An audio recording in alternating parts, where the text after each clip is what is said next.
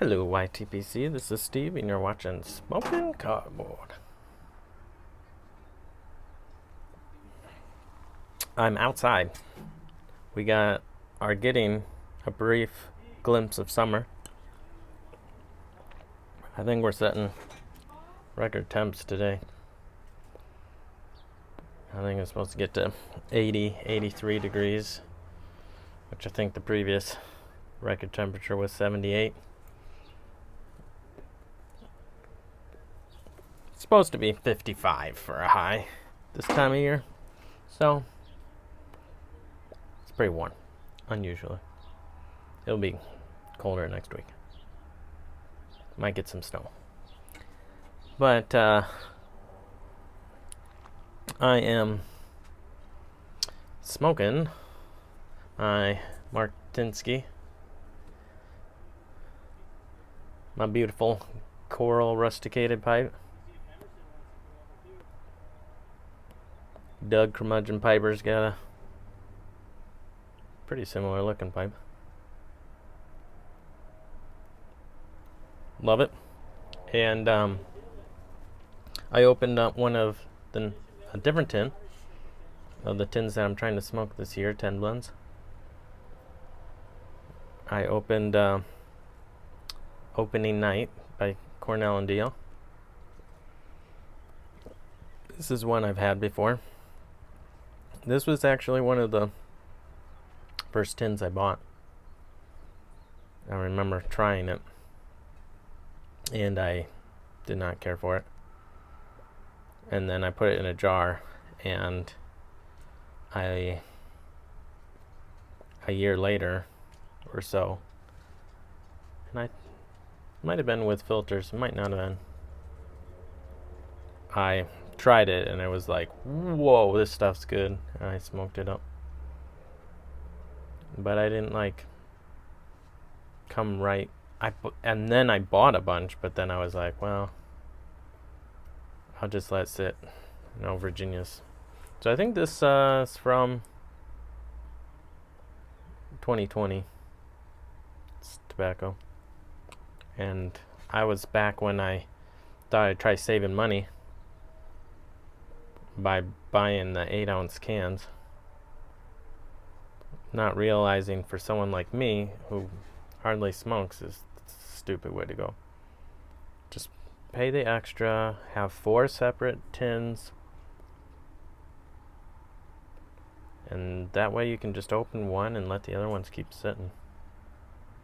Now I have to get 2 jars, and oh well.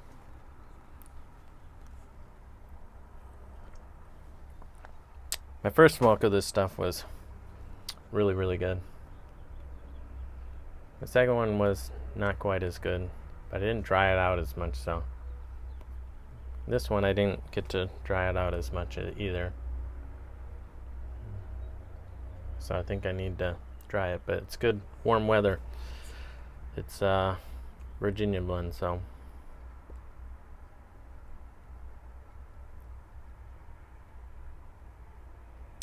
what does it taste like? Well,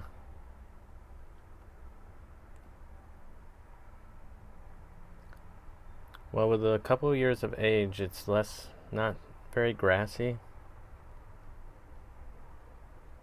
It's got like some tart tang to it,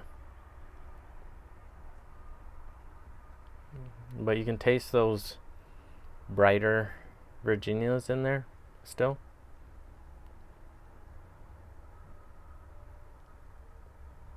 They just taste like higher notes of tobacco. Virginias, not necessarily like grassy hay.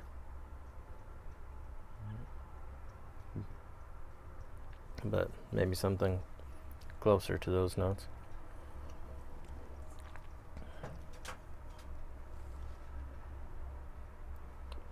I don't know. Tastes like tobacco to me. I like it. Not too irritating to me too, which is a big plus. Some blends just right away start biting. I mean, all blends are pretty irritating. But drinking trusty water. I really, if I could have my way, I would have black tea with every single smoke. But it just doesn't always work out that way. I need when it gets warm, just have some cold tea in the fridge that I can just pour and take it with me. I feel like it complements flavors really well, but it also pH level makes the smokes more enjoyable. Like I get less irritation when I'm drinking tea. It's kind of interesting. Anyhow,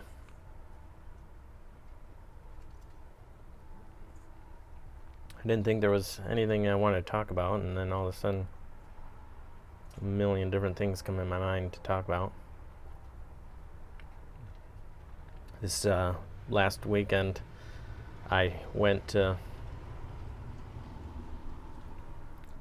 go help my parents clean out an estate house, and this person had lived in that house for a very long time, and even though it was a very small house, there was a very big mess, and it was a lot of work, and we made a lot of headway, but there was still a lot of work to do, and it made me just want to come home and start throwing stuff away. Man, some of that stuff, you just kind of realize how spoiled we are as consumers. Maybe especially the older that we get. And I say that because as we get older, we kind of, from what I've observed, I'm not talking about like me kind of older, I'm talking about like past retirement, become less mobile, but you still want your independence.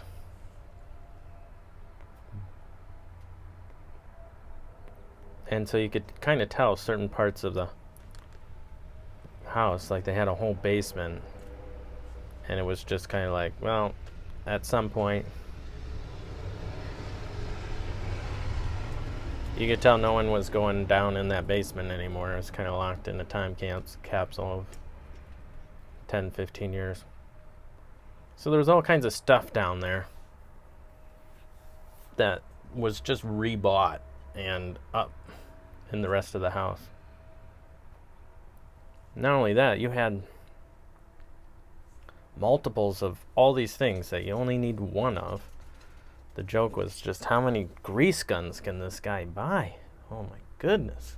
I think there was 10 grease guns and like 10 tubes of unused grease. I mean, he was ready for the grease apocalypse.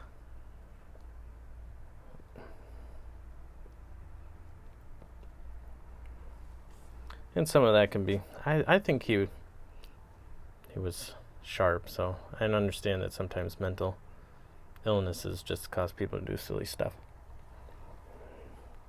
they don't know they're doing.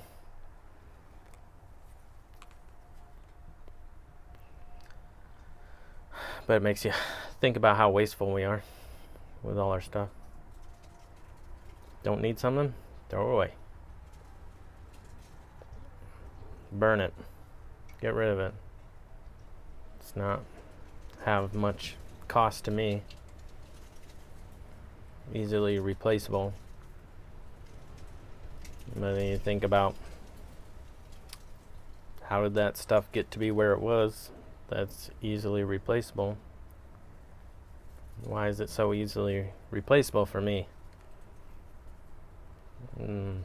Other people would not be easily replaceable.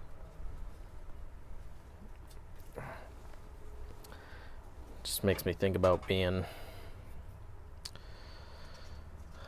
I don't know, responsible for the crap I buy, and who made it and how did it get there.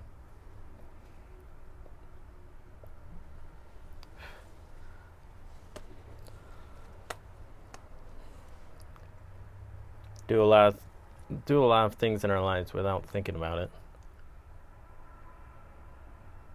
The impact. Like this shirt, how did it get made? I don't know. I bought it at a store.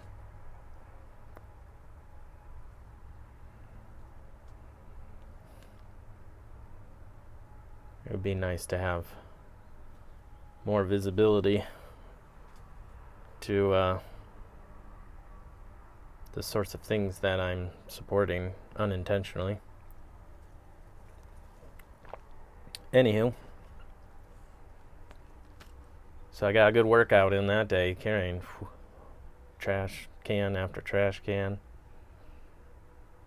The dumpster was over my head, lifted up. Just do lots of loads. Used to always think as a kid, pile up as much as I can and just do one trip. No, that's how you get hurt and worn out.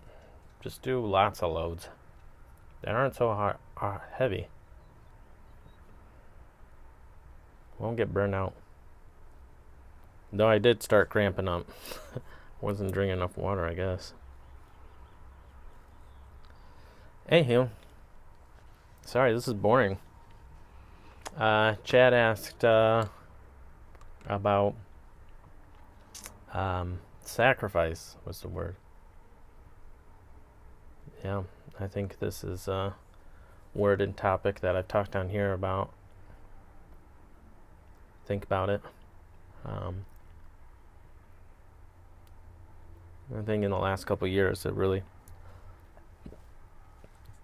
been challenged by the idea of giving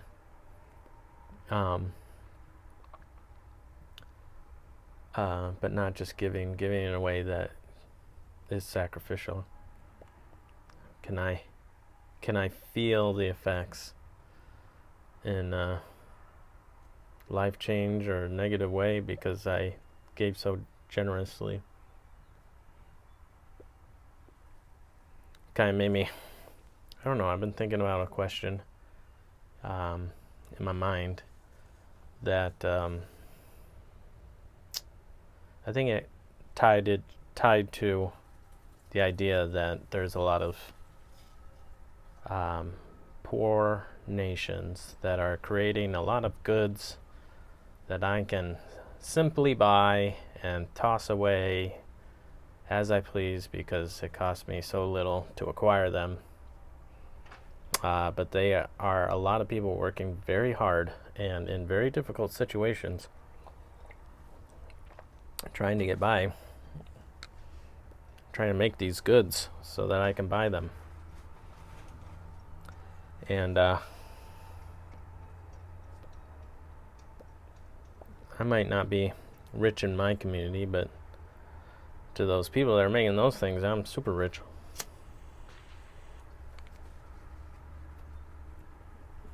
And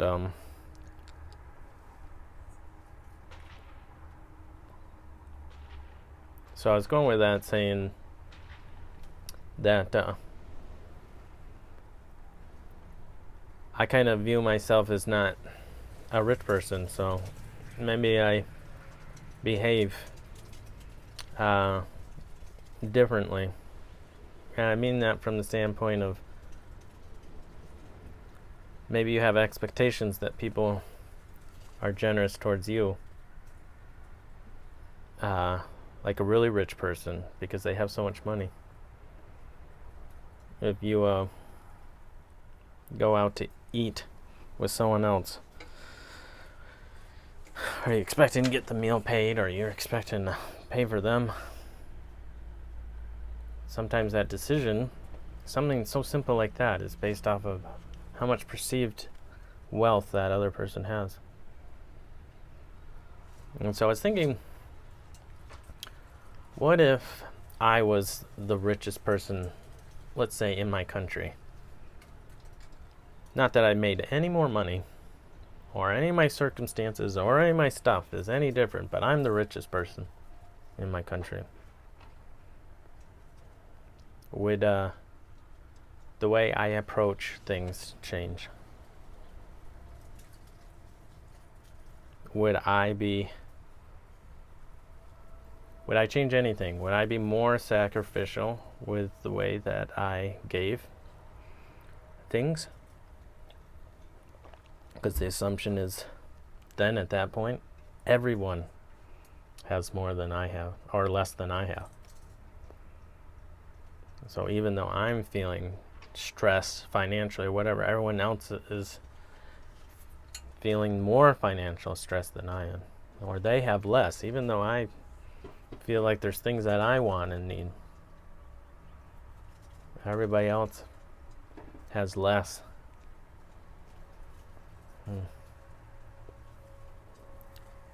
just feel like there's some truth to that, you know, in some other person's village, I would be by a million times the richest person there. And even in my community, I'm going to have so much more than a lot of people. Do I have inaccurate expectations to my level of generosity based on how successful the other people are around me or above me? And that's their job to be super generous because they have more. I don't know. Just thought to challenge the way I do things. And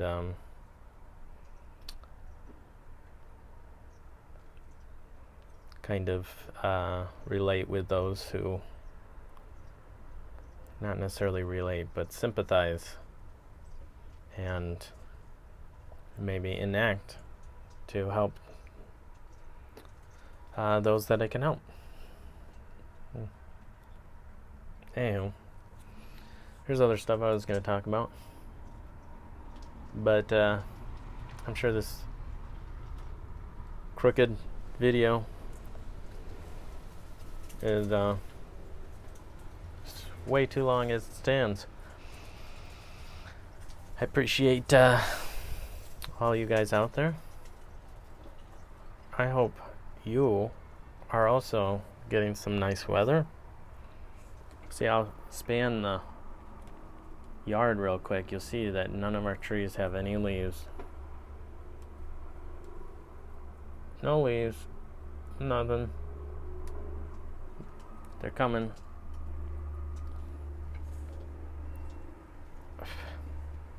Anyway, we'll talk to you later.